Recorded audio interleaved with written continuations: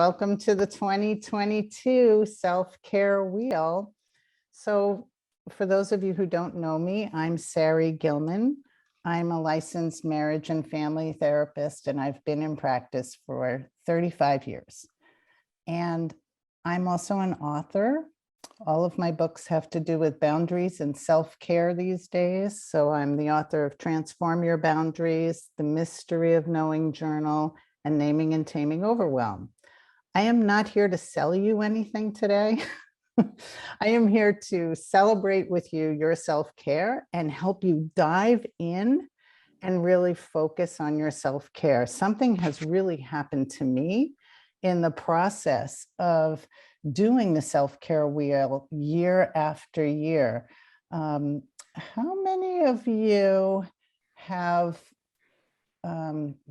just with like a show of hands, how many of you have done the self-care wheel a couple of times before? What? Kate has. Yay, Kate. Wow, I got no one else on here who has done this before. I think I did one at your workshop when we were there a couple of years ago, I think. Okay, Kriti. Yeah, Bonnie saying maybe. Yeah, one time. Okay. So first of all, I want you to think of this as a practice. So this is something that we do every year, whether you're with me or not with me. Do this every year, because every year your self-care focus is really going to change. And what you will see is that things that might have been very difficult for you in your self-care practice, maybe they were self-care goals, you get stronger and you get better at them as you practice that particular self-care thing that you want to work on each year. But then you kind of master it and you don't really need to keep focusing on it because it becomes part of your life. And sometimes there are things that you need for self-care that you do only once and then you let go of them, like you left your job or you changed your relationship situation and you don't need to keep going back to it because you have already made those changes.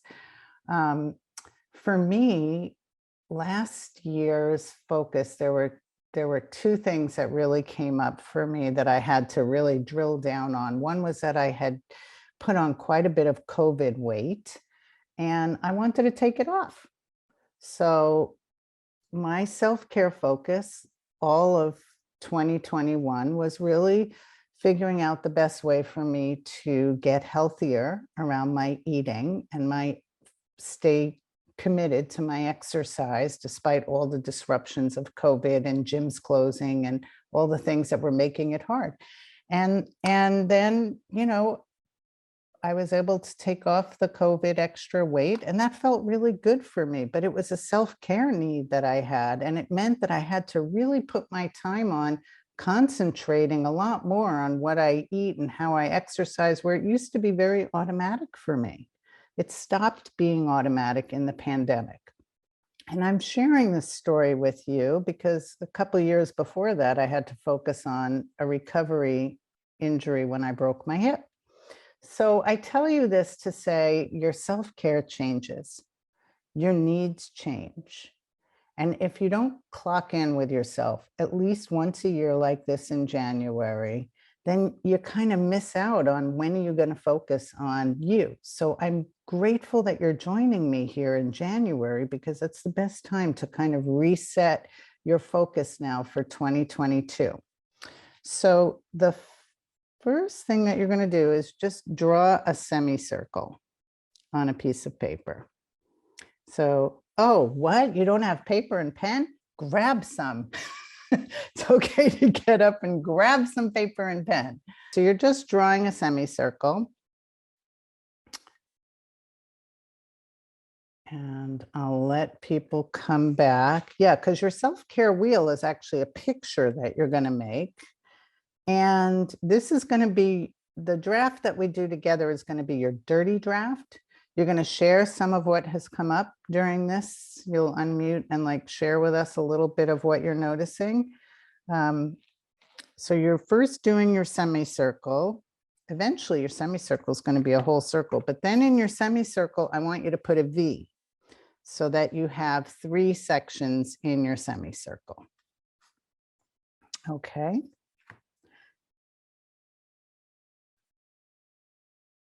And in your first section in your semicircle, doesn't matter which side you put it in, write the word foundation.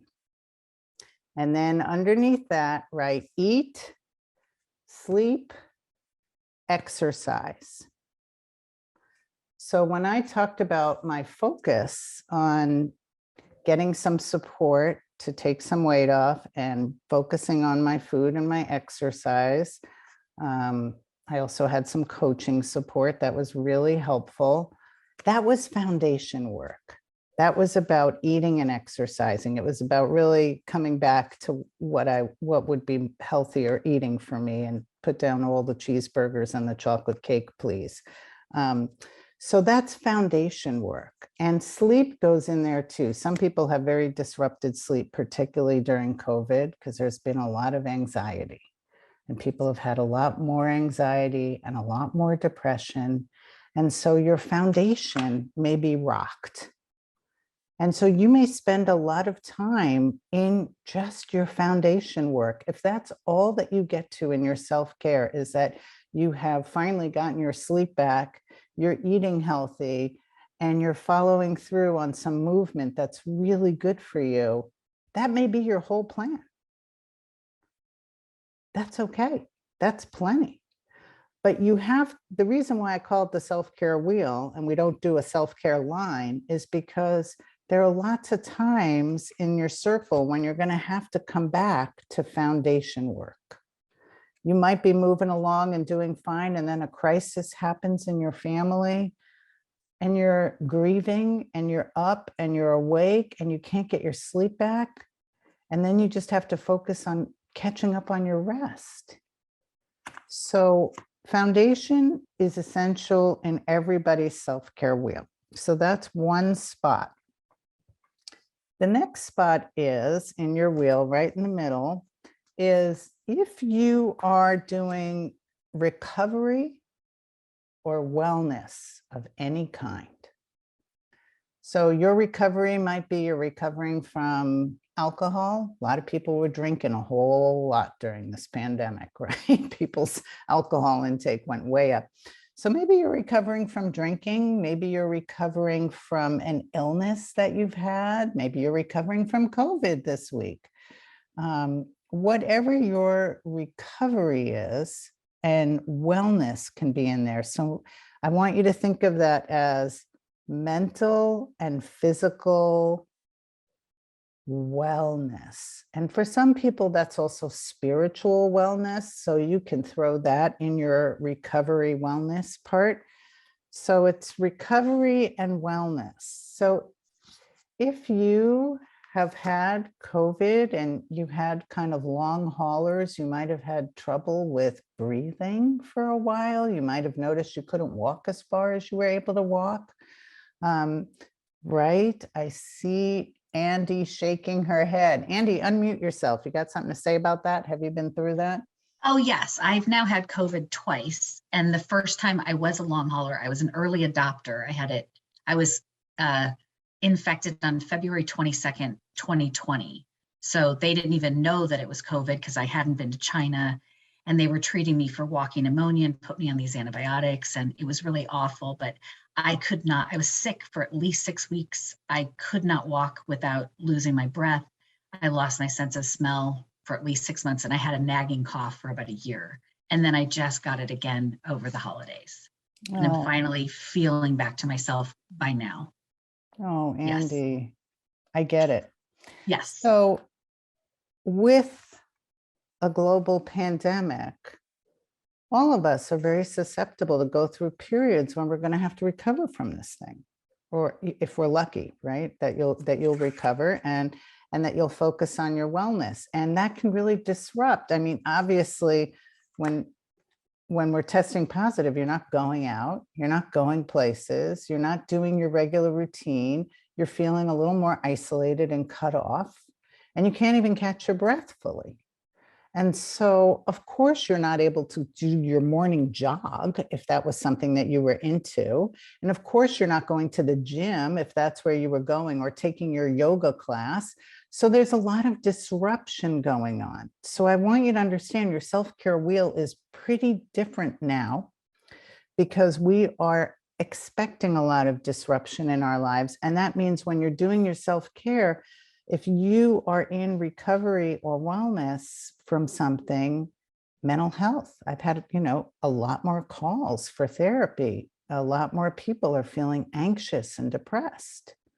And so that's something then that becomes part of your self-care, is what am I doing to take care of my anxiety? What am I doing to take care of myself if I'm feeling depressed? What kind of extra support might I need? So all of that, if you're needing extra support, if you're needing to follow through with doctors, if you are recovering from anything, that is a focus of your self-care. So foundation and recovery issues are, that could be your whole focus. And when Andy said she was sick for months, that means for months, that's a focus of her well-being. Okay, so everybody got that? Are there any questions about that? Okay, somebody's saying, what about social? Say again what goes into the wellness and recovery section. So what goes into that section is mental and physical wellness, mental and physical illness, drugs and alcohol, any kind of recovery issue goes under there. Maybe you've had a loss in your family and you're grieving. That could go in there, and you're recovering from the loss in your family. That could go in there as part of your self-care, because when we're grieving, we're a lot more tender, aren't we? We're just way more tender. And so that may mean that you need a little more self-protection and a little more time and space with your grief. And that's part of your self-care. And somebody had put in, sometimes you have something that you're not going to recover from. You might have an illness and you're not going to recover from it. You're going to live with it, but it changes how you live, right? So it changes, you're making lifestyle changes for your well-being. So that hip injury that I had, that's chronic. I have rods and I have screws and I have all kinds of things in my body. So it limits how far I can walk. So that'll be always, right? And so our self-care can change as a result of that. So it means I get up in the morning and I do yoga and I stretch out my hip and I do some extra self-care things for what I live with. So you might not always recover from what you're going through. It might be a lifestyle self-care change, but that you are attending to what you need. That's the whole point of the self-care stuff, is that you attend to you and what it is that you need. Critty asked, what about social stuff? We're getting there. We have lots more to fill in our wheel, but I don't want you to miss those two that everybody needs. And there's one more that everybody needs. So these are the mandatory self-care things. Your third part of your pie up here is called sanctuary. And in your sanctuary can go rest. It can also be paying attention to when you need to do less. Most of us are feeling like we are at capacity a lot of the time during this pandemic. It doesn't take much to be right at your capacity, correct? So in order to keep an eye on that and to make sure you stay attuned to that, every now and then I want you to look at your self-care wheel and say, how am I doing with my capacity and with my sanctuary? Do I hear myself saying, I just need more time for me. I just need more alone time. I need to stop volunteering on this particular thing, or I need to have a little less work stuff on my desk.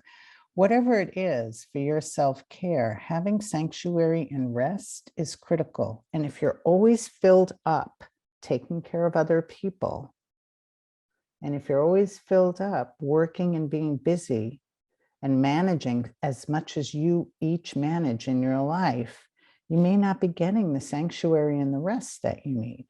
So just pay attention to that, because rest is kind of key to restoring us for everything else. And if you don't have enough rest inside of you, the next big wave that hits you in your life, you're blown over by, because you don't have enough of you left. Has anybody experienced that, where they have been? Yes, Julie is shaking her head. Julie, you want to unmute, and can you give us a little, just a tiny window into that for a moment? Well, I'm a teacher, and right now I'm feeling like I have not much left. And in addition, my mom is pretty sick. She's on the East Coast, so I'm not nearby. I live in Washington, and she is suffering from chronic hives. So it's been very stressful for her and stressful for me not to be able to be there to help. Yeah. I think that's a really, it's a big piece of what you're carrying, is that everybody's carrying so much. But I do want to give a shout out to our teachers, because I think at the beginning of the wave, the worst was for also our healthcare workers. And now I think our healthcare workers are also just continuously struggling with this, but our teachers, our educators, our bus drivers are just front and center of this every single day. They're exposed to so many kids and so many people, and it's exhausting. So thank you, Julie. And I'm sorry that you were struggling like this, because it's not you, it's every teacher. I work with lots of teachers in several school districts, and it's a hard thing to carry. And so we want to make sure that on your self-care plan, you're not just thinking of like all the things you got to do, but that you're thinking of all the rest that you need, just so that you have some rest and recovery time, because there is so much coming at everybody. So those are the 3 mandatory things on your wheel that everybody should have on theirs. Now you can draw another semicircle. Here's where Kriti is ahead of us. Now you have a choice. Before you do the next step, I want you to ask yourself how overloaded you are. For the very, very overloaded, I only want you to draw one line down the middle, okay? For the not so overloaded, I want you to make another V so that you have 3 sections. So if you're very overloaded, you're just going to do one line so that you have 2 little parts in there. If you're not so overloaded, you're going to make it a V, and you're going to have 3 sections again. Okay, now you have choices about what you need. So I'm going to read a list, and you're going to just close your eyes for a moment. You have your pen and paper in front of you. And before I read this list, I want you to just ask yourself this question. What do I need? What do I need for my self-care? And just write. I want you to write for 2 minutes straight, whatever comes up for you. What do I need?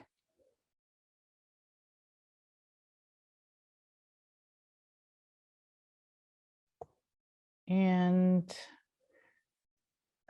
go ahead and start putting in the chat some of what came up for you that you need.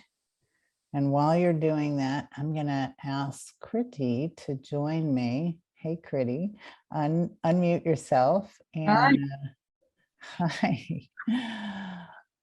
Unmute yourself and go ahead and tell us what came up for you that you need. A few things, actually. So starting to categorize it. So with my work, I need a great team. I'm just in the process of building a whole new team. So having the budget, the people, necessary to do what we need to do. I actually wrote down the word stability. So it's something I grapple with because there's so much stuff that's destabilizing out there right now. So I think both internal and external stability, as much as I can get that, sorry, I think that really will help me. So for me, that's work plus the income. So the money that comes along with it. Yeah. Mhm. I put down having fun. So just some way, shape, or form, like social, having fun, travel and adventures have been pretty much shut. And it's a really key part of who I am and how I live my life and where my friends are. So I feel very isolated and disconnected from the people that I'm closest to physically, right?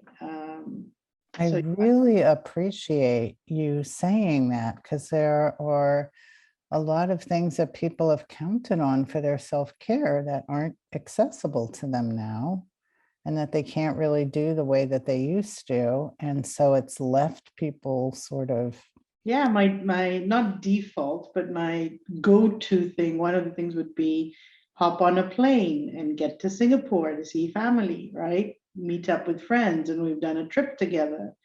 Everyone's kind of in a go to your room, go to your corner situation at the moment.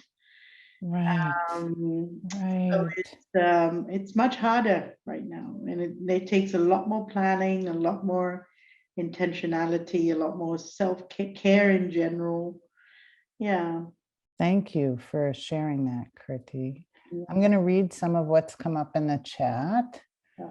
Oh, somebody wrote, I need hope, fun with friends, more validation, order, not chaos, free time, fun, meaningful part-time work that helps me put my health front and center and builds on my experience. Decluttering. Oh, there's a couple of you that have decluttering. Decluttering, creative outlet, increased social contact. Yeah, a lot of us have kind of had, a lot of community disruption where your sense of who's in your community has shifted during this time, who's in the boat with you, who you're in the boat with, and you're suddenly finding yourself maybe with different people surrounding you than you expected. And you may be needing to rebuild community. I feel like a lot of us are in that place where we have to rebuild who is our community, how are we going to have community, and who do you feel connected to or want to add connection to. So I want you to think of that as a rebuilding time. So I love the decluttering thing because, God, I think I've had that on my list every single year. And of course, I've always postponed it, but moving made me declutter. So I became pretty good at it. Now I'm like a daily declutterer. I went from literally struggling with that forever and ever to I just daily do it now. It's become a habit. So what I want you to do is just notice on your list, circle if there's something that you feel like you should maybe get some help with that. Like maybe you're not the decluttering expert. Maybe there's a book you want to read on it. Maybe you've read all the books, you've watched all the shows, you're still not getting to it. Maybe there's somebody that you want to have a few coaching sessions with, or you know what I mean? Like I want you to look at your list now and say, is this something I can do on my own, or is this something I need help with? When I was doing my taking off my weight from COVID, I got help to do that. That felt really good. I needed help. I knew it was something that I needed to really feel like I had more support and a structure around. When Kriti was talking about that sense of loss of structure, of needing that around, that organization, that feeling grounded, and in the face of disruption. So it's really good to ask ourselves what grounds ourselves in this. So now you have 3 more sections that you can fill in, and I'm going to give you some choices. You can take something right off your list, like declutter, and stick that in one of your precious next 2 or 3 sections. You put it in one section. if decluttering is it.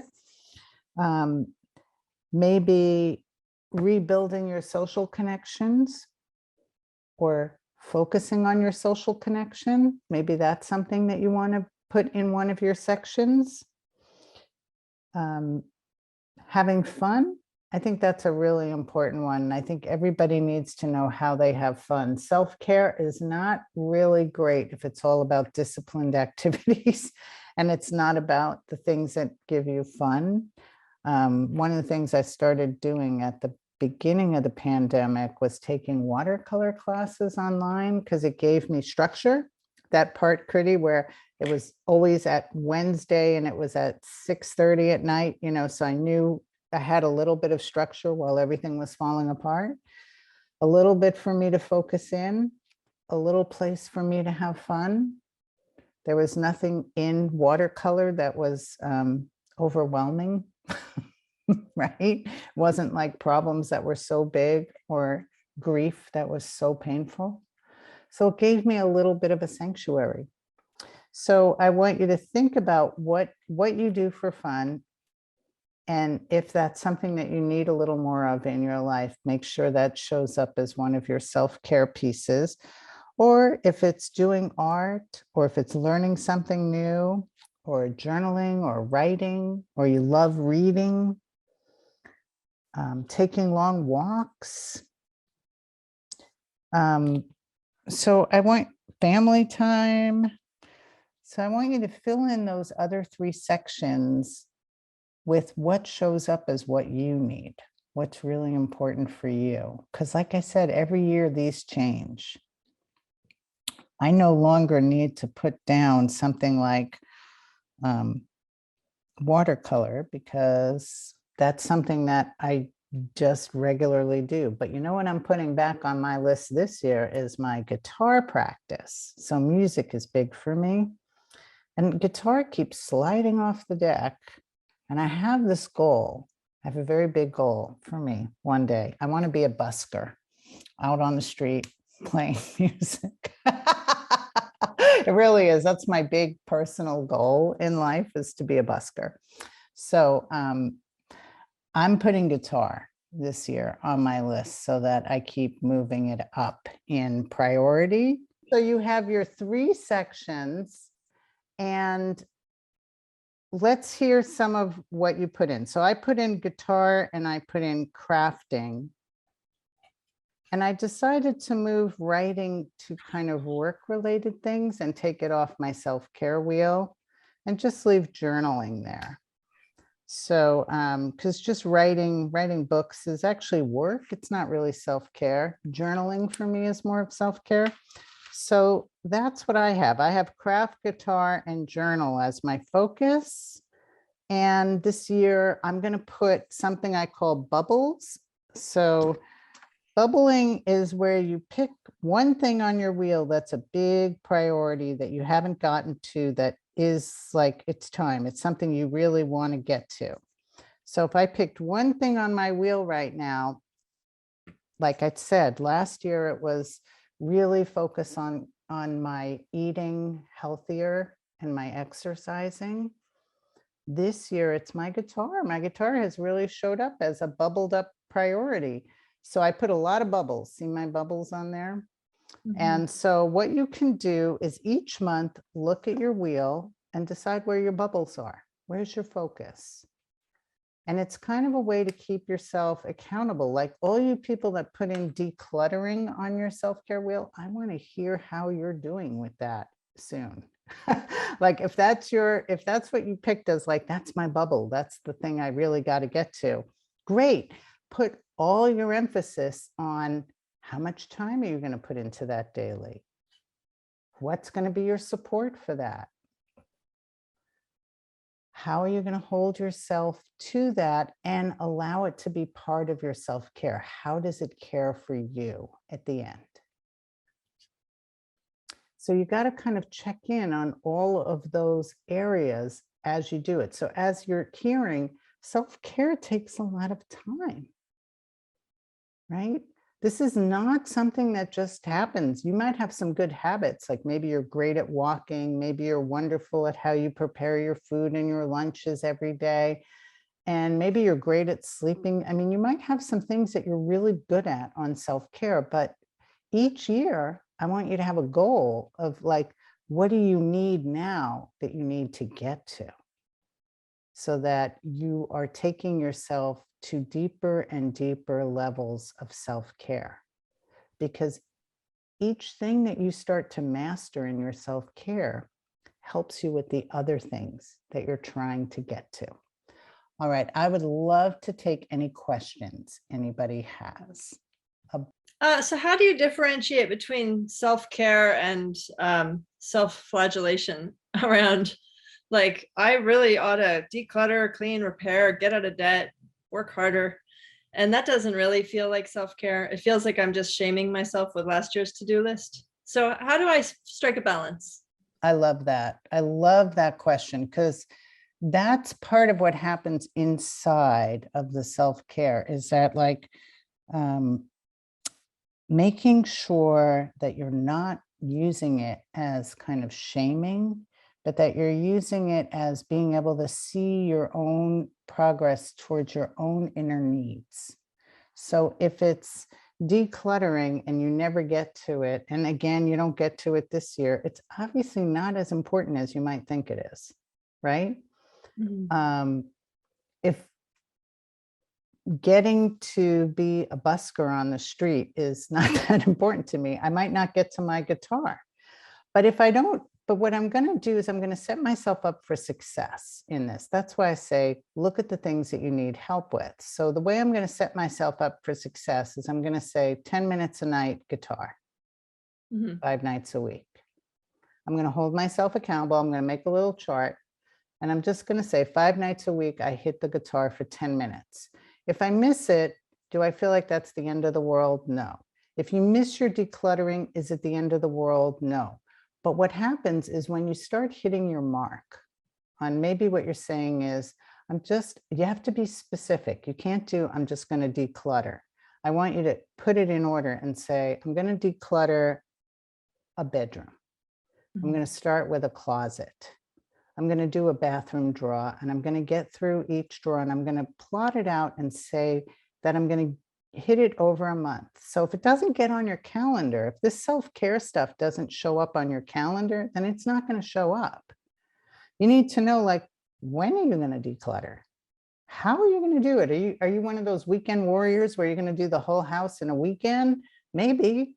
Or maybe you're going to say, nope, I'm going to do it all year. I'm going to work through the rooms very slowly. But my goal is, so you set that. What is your goal? A lot of people want to play guitar. Most of them don't want to become buskers on the street, right?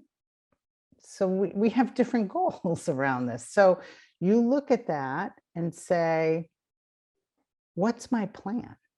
So if you don't have any accountability, if what you have is things just written on our wheel, you're right. It's not going to happen. So now you got to do what you do at your jobs. Whatever has made you successful in life has been your ability to take things and plow through them and get them done, right? I know you're all get it done people. But you don't just like wake up with no plan. I imagine most of you have a calendar. Most of you have a planner. Most of you have a strategic plan in your life of what you're trying to get to. And if you're trying to get out of debt, my husband had that one for like 3 years on his self-care wheel. And he worked his way through it, but he made a plan. We got help. He went to a financial planner. He made a strategy, right? I understood the strategy because I wanted to support him in that. And then we had check-ins around, can I be your support? How are you doing with that? Do you need therapy with that? Do you want to go to Debtors Anonymous? What do you need? So I have a girlfriend that ended up doing Debtors Anonymous because getting out of debt is a big relief self-care wise. And she went to Debtors Anonymous, and she works that the way people work an AA program. I mean, she doesn't miss a meeting. She goes every week. And she's been doing it for years, and she hasn't been in debt in forever, but she knows she can always slip. For some people, it's like that. But it's all about okay, here's your concept, but what's your plan? And then once you learn how to do this and see success in one area, and then you get to your next challenging area, that's how you do this, is you learn that you can't focus on all 6 areas at once. You can't do everything at once, but you have your general, what's your real self-care plan, and what does that look like every day? What does that look like every week? What's really on your plan that you need to get to? And that's how you develop expertise at self-care. Because what I've seen is, since I've been doing this with people for years, I mean, I do this every single year, I've hit mastery on some things. Like now, if I have a self-care need, it doesn't strike me as overwhelming. I know I can do it because I use the same plan that I do for everything else. I just make a plan, I put it on my calendar, I think about who can help me. Do I need to hire a coach with that? Where's the best help for that? What articles do I need to read? And then when am I going to practice it? Because it's just practice. It's not about shaming and failure. It's just practicing. Some days we're great at it, some days we're not. With that, I'll tell you that I was on the Bunny Hill skiing for 16 years. Okay. I just liked going skiing. I wasn't particularly good at it. I took lessons. I just could never get off the Bunny Hill. I can get a little bit off the Bunny Hill, but not very far. And then I switched to cross country skiing. It was a better fit for me. I love it. I do it. I don't feel as afraid as I felt skiing downhill. It was just too much fear that I never mastered in that. But, you know, it was kind of like making that little tweak. Then 1 year cross-country skiing was on my list. Did that answer it for you, Marnie? Yeah, that was very helpful. Thank you. Okay. Any other questions before we sign up? I'll take one more question. Seems commit, show up, pay attention are key. Yes, Faith. Commit, show up, pay attention. That's exactly it. You have to really pay attention. And more meditation and prayer time. That's great. I had that on my list 1 year, and it became part of me. Meditating became part of me because I really made it my practice. So these are all practices. Good luck. Now, the final thing is that you get to make your beautiful self-care wheel pretty. I mean, make it artistic, make it visual, make it, if you like to do visual on the computer, make it on the computer. If you like to do visual with sewing, Kate, right? Then you can sew yours. But make your self-care wheel something that you carry around, something that you look at, something that is, you know, something that is a treasure for you for this year, and update it as you go. And then next year, join me for 2023. But once you make it and you have your wheel, take a picture and send it to me, because I won't put your name on it. I just love seeing them, and I love sharing with other people the inspiration of what it means to get focused like this on your self-care. So take good care, everyone. I know it's a very, very challenging time. And you do this kind of one breath at a time. And it gets better and better as you practice. All you're doing is practicing self-care. It's a practice. And when you feel thrown off, it's okay. Pull yourself back and you say, I just need to practice more. Okay? All right. Take good care. If I didn't answer anything, it's okay to email me.